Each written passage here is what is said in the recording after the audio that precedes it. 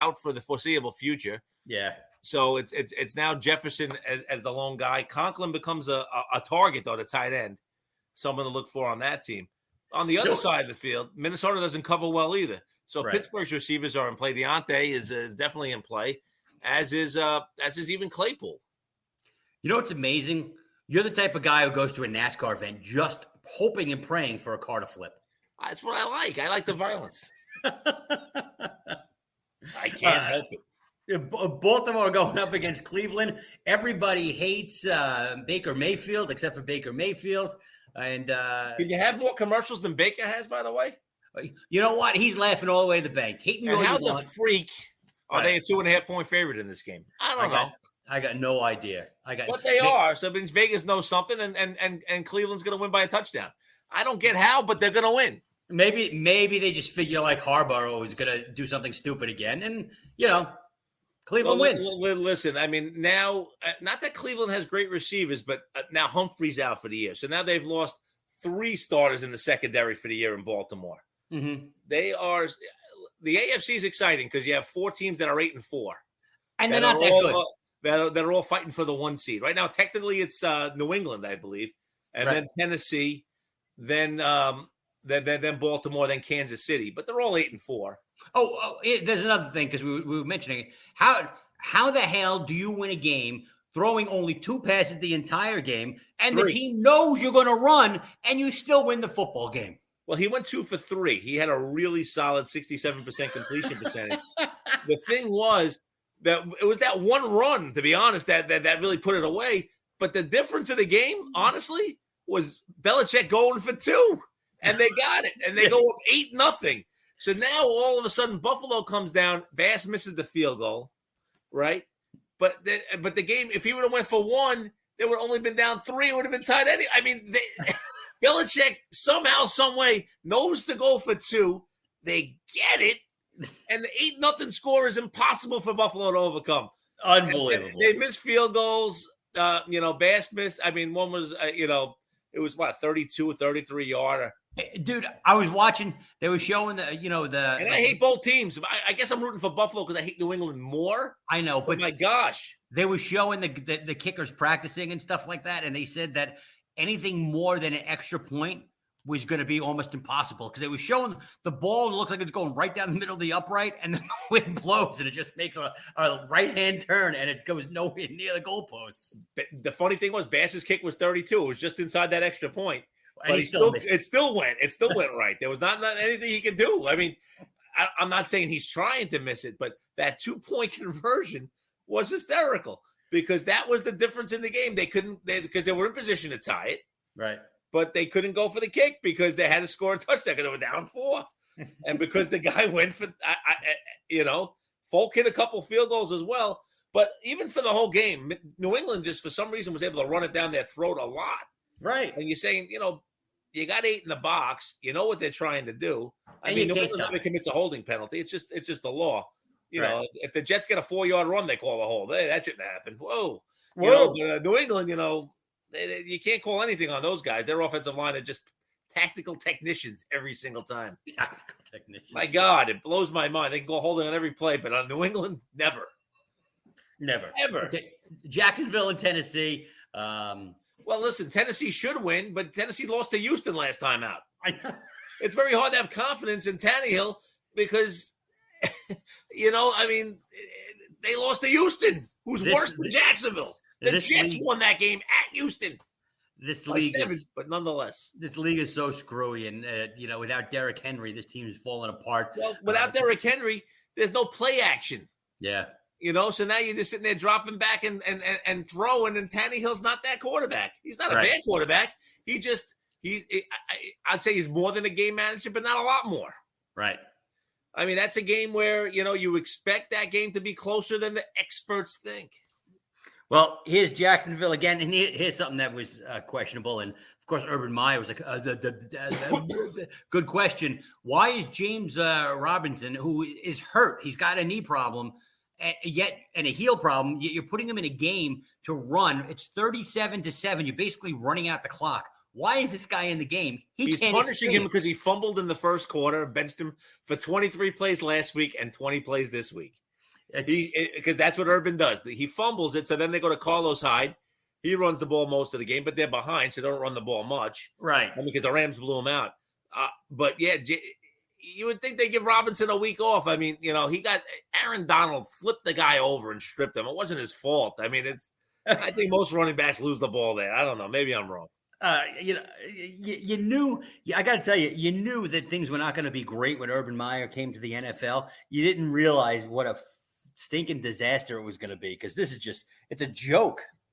Well, it's going to be interesting to see how how the kid Lawrence progresses, because he fits all the boxes, right? He's a big kid. Why don't you lick the rest of that? Make sure you get every single fucking dry bite. What's fun? I don't have the. I'm on a different page, so I don't see you. So I forgot that you can see me. I'm like, look at this gavone. Maron on me. But that's okay. No, I mean, but you got this kid Lawrence who's supposed to be, who looks like he fills all the boxes, right? How is he going to get better on the Urban or not? It's going to be interesting to see. Hard to think he will. Hard to think he will. It's another deal where another young quarterback is could end up being a bust because he doesn't have the right people leading him. Nope, you're 100% right. 100% right. Again, in that game, really tough to trust the running game at all for either team. Mm-hmm. You'd have to think that the passing games will be alive. I'd have to think Jacksonville will be able to move the ball a little bit. I'm not saying you're starting Lawrence. You may start Tannehill depending on your matchup. But the receivers are in play.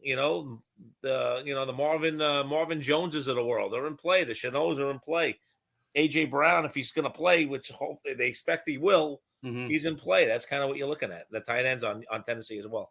KC is hosting the Vegas Raiders. The only team not smart enough to play a cover 2 against Mahomes right now is the Raiders. They played cover 3, they threw for 5 touchdowns. So if they do that again, Mahomes will have a great day. If they switch to the cover 2, Mahomes will have the games he's been having the last month, which have been pretty horrible for me. Pretty horrible. The fact that the Chiefs can't figure out the cover 2 cracks you up a little bit. But they just don't have that second receiver. So what they do is, Hill can't go deep. They let him catch 8-yard passes. Kelsey, they kind of double team off the line. And they say, all right, throw it to the other guys who drop every pass their way. Yeah. I mean, Mecole Hardman and Byron Pringle and Gordon and all these guys just drop passes or they deflect off their hands and get picked off. And that's kind of where we sit. I mean, the Chiefs should be able to matriculate, to quote the great Hank Stram, down the field with 10 and 12-yard passes, but they end up dropping a pass. It's not the pressure. It's not the O-line. It's not even the running game that bad. It's simply that the option at the other receiver spot is not able to hold on to the football. Can KC cover the spread on this one? They can't. They did last week. It didn't play well. They covered by 13 against the Broncos. The Raiders. The thing is, the Chiefs' defense has been playing well, so it's going to come down to if the Raiders are able to, if Carr's able to have a big game against them. I think that the game will be closer than this spread. But the Chiefs are capable of obviously doing it. I think the Chiefs defense doesn't have a great week this week. I think it's a little bit more of a shootout, maybe like a 31-23 type game.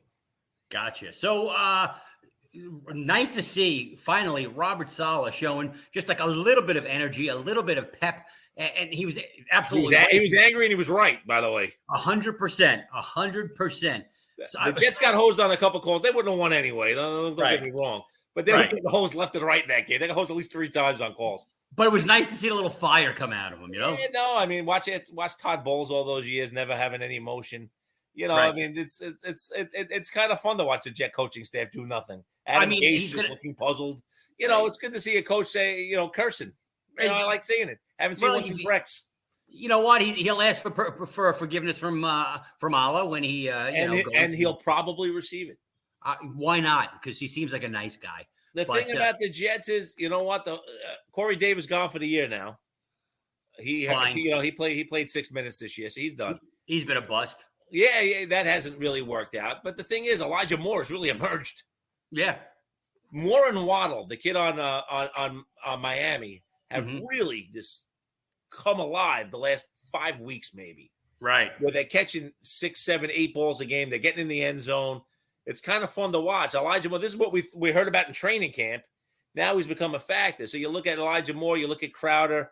They still won't throw the ball to Denzel Mims. For some reason, he must have banged somebody's sister that he shouldn't. I don't know what he did, but something's up where they just won't give this guy a look. He looked good last year, and this coaching staff just doesn't like him. They don't like him. So something up with that. But but the Saints, Taysom Hill has already been named the starter for this game because they've got no chance with Simeon.